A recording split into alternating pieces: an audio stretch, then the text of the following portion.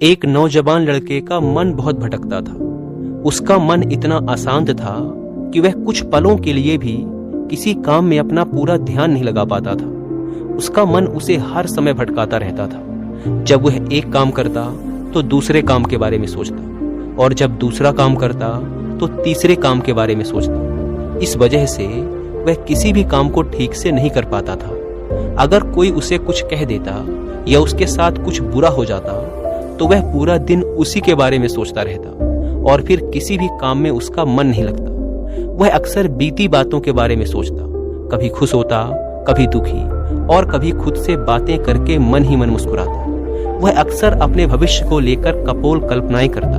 जब उससे कोई बातें करता तो उसका ध्यान कहीं और रहता। वह ना तो किसी की बातें ध्यान से सुनता, ना किसी से ध्यानपूर्वक बात करता, और ना ही किसी काम पर ध्यान लगा पाता। बस उसका मन जैसा उसे भटकाता वह भटकता रहता।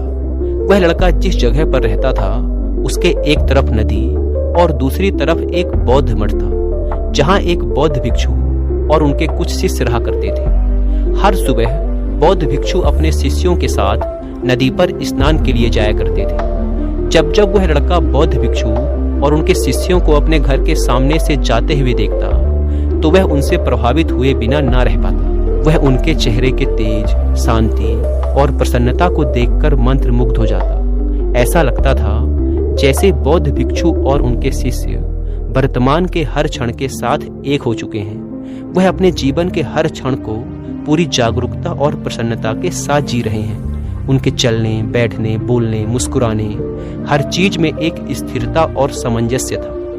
एक दिन जब वह अपने घर के बाहर खड़ा होकर बौद्ध भिक्षु और उनके शिष्यों को जाता हुआ देख रहा था, तभी उसके अंदर कुछ हुआ। उसके मन में एक प्रश्न उठा और वह बिना कुछ सोचे शिष्यों के पीछे पीछे चलने लगा। मठ पहुंचकर उसने देखा कि सभी शिष्य जाते ही अपने अपने कामों में लग चुके हैं और बौद्ध भिक्षु एक पेड़ के नीचे आंख बंद करके बैठ गए हैं। वह सीधा बौद्ध भिक्षु के पास पहुंचा और प्रणाम कर उनके समक्ष बैठ गया। बौद्ध भिक्षु ने आंखें खोली और उसके चेहरे की तरफ ध्यान से देखा और फिर एकदम शांत स्वर में कहा, बहुत परेशान दिखाई पड़ रहे हो, कहो क्या परेशानी है।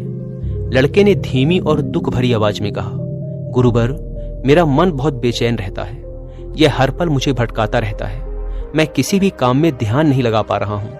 शांति तो जैसे मेरे जीवन से गायब ही हो गई है। गुरुवर, मैं भी आपके शिष्यों की तरह अपने मन को शांत करना चाहता हूँ, इसे एकाग्र करना चाहता हूँ, लेकिन गुरुवर, मैं घंटों तक बैठकर ध्यान नहीं कर सकता, कठिन अभ्यास नहीं कर सकता। इसीलिए आप मुझे कोई आसान तरीका बताएं। मैं आपके पास बड़ी उम्मीद लेकर आया हूँ। बौद्ध भिक्षु ने लड़के की बात को पूरे ध्यान से सुना और फिर कहना शुरू किया, क्या तुमने कभी भोजन करते समय सिर्फ भोजन किया है, या फिर नहाते समय सिर्फ नहाया है, बिना किसी और विचार के, बिना कल की चिंता, बिना बीते कल के याद के? शायद नहीं। तुम्हारा शरीर एक जगह होता है लेकिन मन कहीं और भटकता है, और इसी वजह से तुम जीवन के असली पलों को चूक जाते हो। भिक्षु ने आगे कहा, चमत्कार पानी पर चलना नहीं है, चमत्कार है धरती पर जागरूकता के साथ चलना। चमत्कार है हर कदम, हर सांस, हर मुस्कान में जीवन की गहराई को महसूस करना। सच्चा सुख कहीं बाहर नहीं बल्कि हमारे भीतर, हमारे हर पल में छिपा है। आज तुम जानोगे कि माइंडफुलनेस यानी जागरूकता क्या है, इसे अपने रोजमर्रा की जिंदगी में कैसे उतारा जा सकता है, और कैसे यह तुम्हारी चिंता, तनाव और बेकार की उलझनों को दूर कर सकता है। बिना किसी आश्रम में गए, बिना घंटों ध्यान लगाए। तो अब मेरी बातों को ध्यान से सुनना। कल्पना करो तुम अपने मित्र को एक पत्र लिख रहे हो, लेकिन अचानक तुम्हारा मन भटकने लगता है। रात के खाने में क्या बनेगा, कल का दिन कैसा होगा, या कोई पुरानी बात तुम्हें परेशान करने लगती है। नतीजा, ना चिट्ठी मन से लिखी जाती है, ना मन को सुकून मिलता है। यही आजकल लोगों की सबसे बड़ी परेशानी है कि वो जहां हैं वहां पूरी तरह मौजूद नहीं रहते। माइंडफुलनेस यानी हर पल को पूरे होश, पूरी जागरूकता के साथ जीना। काम को ना सिर्फ करना बल्कि उसे गहराई से महसूस करना। यह कोई जटिल या भारी भरकम प्रक्रिया नहीं है, बल्कि एक सरल स्वाभाविक कला है जो हमारे रोजमर्रा के छोटे छोटे कामों में छिपी है। चाहे वह सांस लेना हो, एक गिलास पानी पीना हो, घर में झाड़ू लगाना हो, या अपने हाथ धोना हो। जब हम इन कामों को पूरे ध्यान और प्रेम के साथ करते हैं तो वह सिर्फ रोजमर्रा के काम नहीं रहते, वह एक गहरा आत्मिक अनुभव बन जाते हैं जो हमारे मन को शांति और हमारे दिल को आनंद से भर देता है। बौद्ध भिक्षु ने आगे कहा, इस मठ का हर एक भिक्षु अपने छोटे छोटे कामों को भी पूरे ध्यान और लगन से करता है, जैसे बर्तन धोना। जब वो बर्तन धोते हैं तो सिर्फ बर्तन धोते हैं, जैसे उस पल में उसकी पूरी जिंदगी सिर्फ वही एक काम हो। लेकिन बर्तन धोते समय अगर तुम चाय पीने के बारे में सोच रहे हो तो चाय पीते समय तुम्हारा मन कहीं और भटकेगा। इस तरह तुम कभी वर्तमान में पूरी तरह उपस्थित नहीं रह पाओगे। यह माइंडफुलनेस का पहला और सबसे जरूरी सबक है कि जो कर रहे हो उसी में पूरी तरह डूब जाओ, उसी को अपनी पूरी दुनिया बना लो। हर काम को ऐसे करो जैसे उसे पहली बार कर रहे हो। इसे मैं शुरुआती मन कहता हूँ। उदाहरण के लिए, जब तुम सुबह अपने दांत साफ करते हो तो क्या तुम वाकई उस अनुभव को महसूस करते हो? ब्रश का दांतों पर घिसटना, टूथपेस्ट की ताजगी, पानी की ठंडक, क्या तुम इन सब पर ध्यान देते हो या तुम्हारा मन पहले से ही दिन की भाग दौड़ में खोया होता है?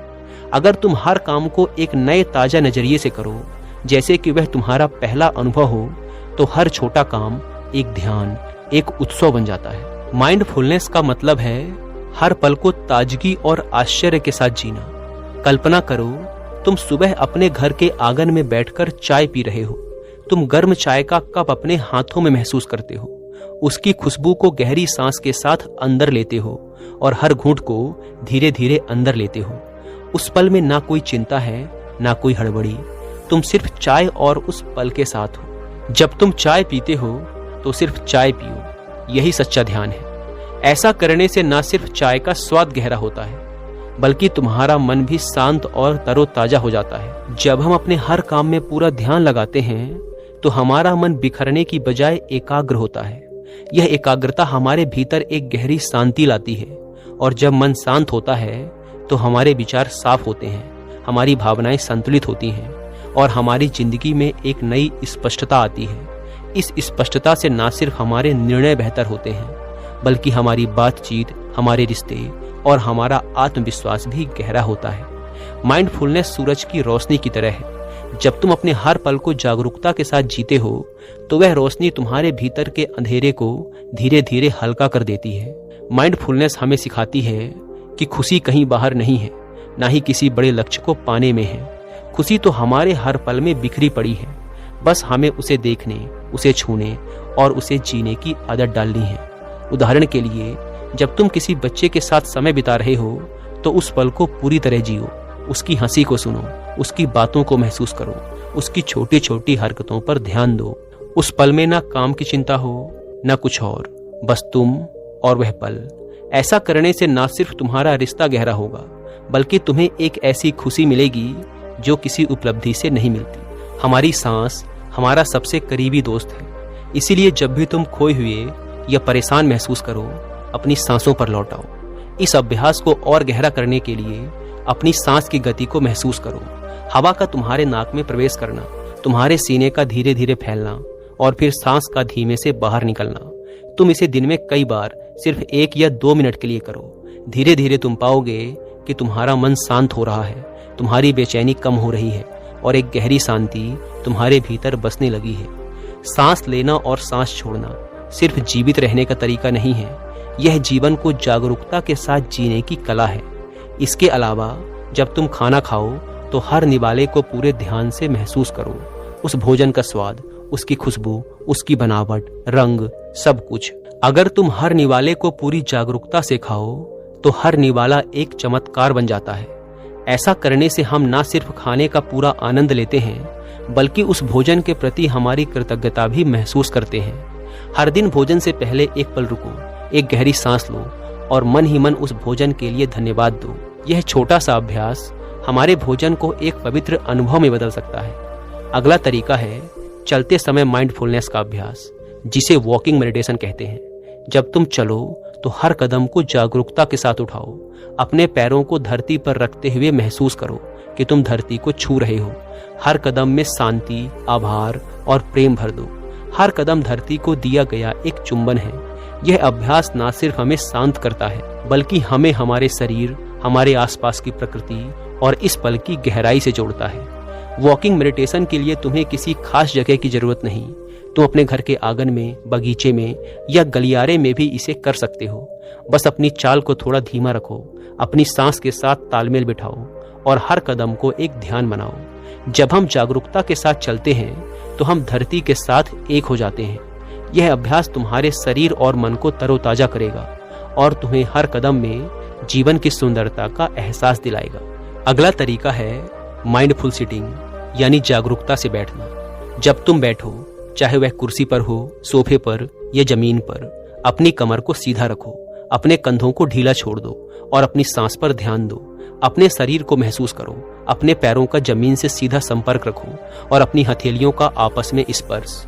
बैठना सिर्फ आराम करने का तरीका नहीं है, यह एक अवसर है अपने भीतर और अपने आसपास की दुनिया के साथ जुड़ने का। जब तुम्हें ना चाहते हुए भी कहीं रुकना पड़े, जैसे ट्रैफिक सिग्नल पर, तो उसे इंतजार का समय ना समझो, बल्कि एक अवसर मानो अपने सांस को महसूस करने का, अपने आसपास की चीजों को अनुभव करने का और अपने मन को शांत करने का। जागरूकता कोई सैद्धांतिक विचार या जटिल दर्शन नहीं है, यह एक जीवंत सतत अभ्यास है और इस अभ्यास के लिए तुम्हें किसी खास समय या जगह की जरूरत नहीं है। तुम इसे खाना बनाते समय, गाड़ी चलाते समय, बच्चों के साथ खेलते समय या किसी से बात करते समय भी कर सकते हो।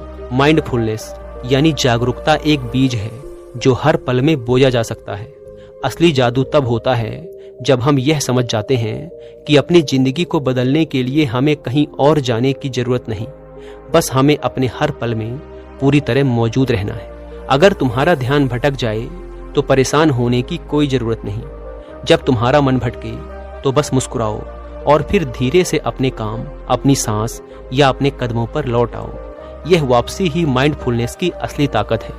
हर बार जब हम अपने भटके हुए मन को प्यार और धैर्य के साथ वापस लाते हैं, हम अपने मन को प्रशिक्षित करते हैं। धीरे धीरे तुम पाओगे कि तुम ज्यादा समय तक वर्तमान में रह पा रहे हो और तुम्हारा मन पहले से कहीं ज्यादा स्थिर और शांत हो गया है। अगली चीज है जागरूकता से सुनना।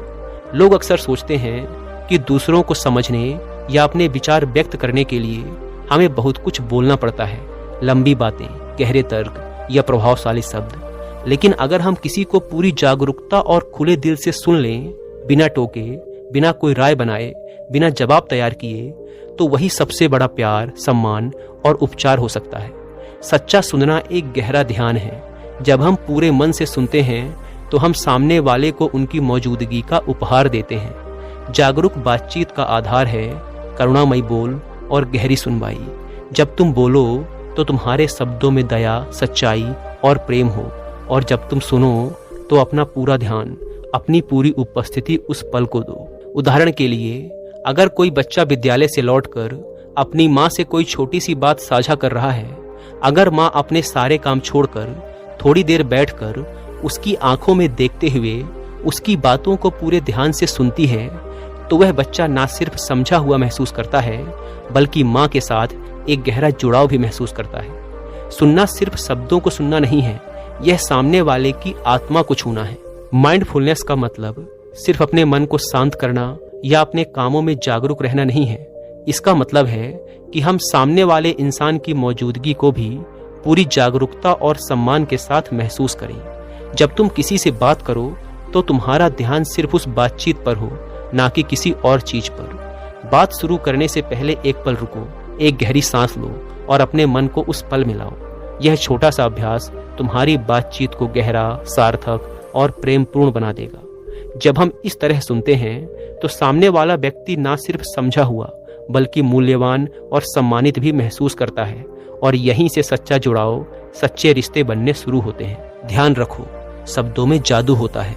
सही शब्द उपचार कर सकते हैं, गलत शब्द घाव दे सकते हैं। जब कोई अपनी बात साझा कर रहा हो तो उसे पूरा समय दो। उनकी आवाज, उनके शब्दों के पीछे की भावना और उनकी मौन की गहराई को महसूस करो। अगर कोई दुखी या परेशान हो तो उसे बोलने दो। तुम्हारा काम सिर्फ सुनना है, ना सलाह देना, ना समाधान सुझाना, जब तक कि वह ना मांगे। कई बार लोग सिर्फ इसलिए ठीक हो जाते हैं क्योंकि उनकी बात को बिना टोके, बिना आलोचना के सुना गया। गहरा सुनना एक करुणामयी उपहार है। यह सामने वाले को बताता है कि वह अकेला नहीं है। उदाहरण के लिए, अगर कोई अपने कार्य स्थल पर दूसरे लोगों को शांत मन से सुनता है, दयालु शब्दों का उपयोग करता है, तो उसका व्यवहार धीरे धीरे उसके आसपास के माहौल को बदल देगा। आपसी टकराव कम होने लगेंगे, सहयोग बढ़ने लगेगा और लोग एक दूसरे के साथ ज्यादा खुले और ईमानदार हो जाएंगे। लेकिन याद रहे, हम दूसरों की तकलीफ, उनकी भावनाओं को तभी समझ सकते हैं जब हमारा अपना मन शांत और स्थिर हो। अगर हमारा मन ही चिंताओं, गुस्से या उलझनों से भरा हुआ है तो हम किसी और के दुख को कैसे महसूस करेंगे।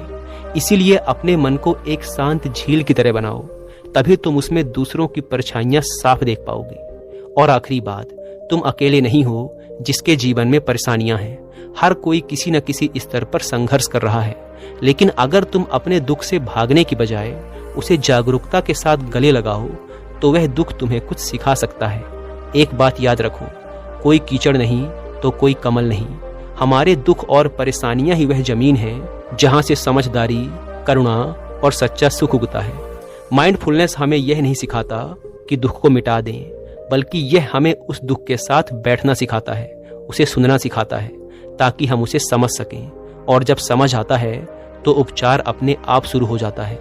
कई बार लोग सोचते हैं कि माइंडफुलनेस का मतलब है हमेशा खुश रहना, लेकिन सच्चाई यह है कि माइंडफुलनेस का मतलब है हर भावना, चाहे वह सुख हो या दुख, हर भावना को सच्चाई और कोमलता से महसूस करना।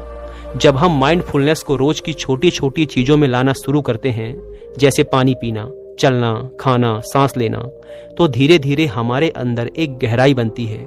हम जिंदगी को सिर्फ बिताना नहीं, उसे महसूस करना सीखते हैं। और वही पल जहां हम पूरी तरह से जागरूक होते हैं, वही सच्चा जीवन होता है।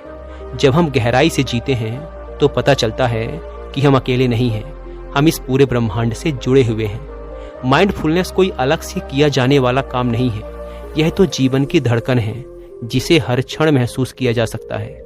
यह एक प्रार्थना की तरह है, एक ध्यान की तरह, एक शुद्ध उपस्थिति जहां हम पूरी तरह यहाँ हैं, पूरी तरह अब हैं। अगर तुम हर दिन सिर्फ 5 मिनट भी पूरी जागरूकता से बिताओ तो वह 5 मिनट तुम्हारा पूरा जीवन बदल सकते हैं। और धीरे धीरे वह 5 मिनट बढ़ते बढ़ते तुम्हारा पूरा जीवन बन सकते हैं। इसीलिए अगली बार जब तुम सांस लो तो सिर्फ हवा अंदर ना लो, बल्कि उस जीवन को महसूस करो जो हर सांस में बह रहा है।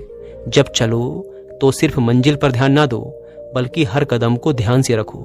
और जब किसी से मिलो तो सिर्फ बात ना करो, बल्कि उनकी मौजूदगी को पूरी तरह स्वीकार करो।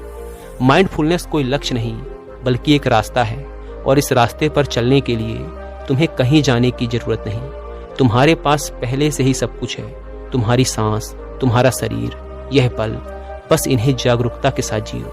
इतना कहने के बाद बौद्ध भिक्षु ने अपनी बात समाप्त की।